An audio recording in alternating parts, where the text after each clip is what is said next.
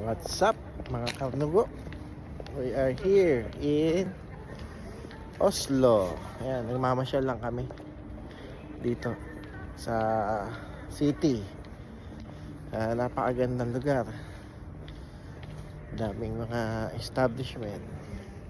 Europe na Europe talaga ang dating. Ayan, meron pa ditong park. Ayan, Ayan. Gabi na, namamasyal kami. This will be our last day here in Europe. Bukas kasi sakay na kami ng eroplano pabalik ng Pilipinas. 18 hours uli na biyahe. Ay, hindi pa naman kami naka business trip. So ayun,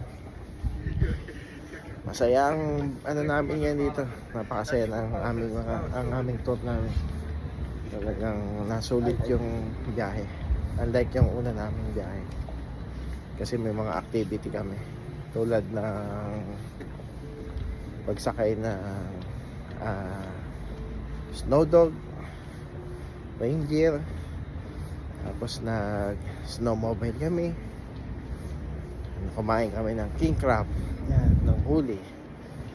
Yan, napakasaya, napakasulit ng araw. So, pag-uwi namin,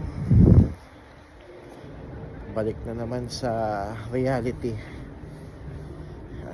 Trabaho uli, kayod. So, masarap mamasyal, masarap magpunta sa iba-ibang lugar pala. Marami ka rin matututunan na mga bagay. Kakaiba talaga dito. Itong Europe ika nga nila first world country. Wala kang pulis sa paligid. May nakita ko isa. Napaka-safe dito sa Norway. Ayan guys, pauwi tayo Pilipinas. Salamat sa panonood. Don't forget to like, share, and subscribe. Karnugo TV. Marami pa tayo i-upload. Mahirap na mag-edit. Pero hopefully ma-upload ko. Salamat. Bye bye.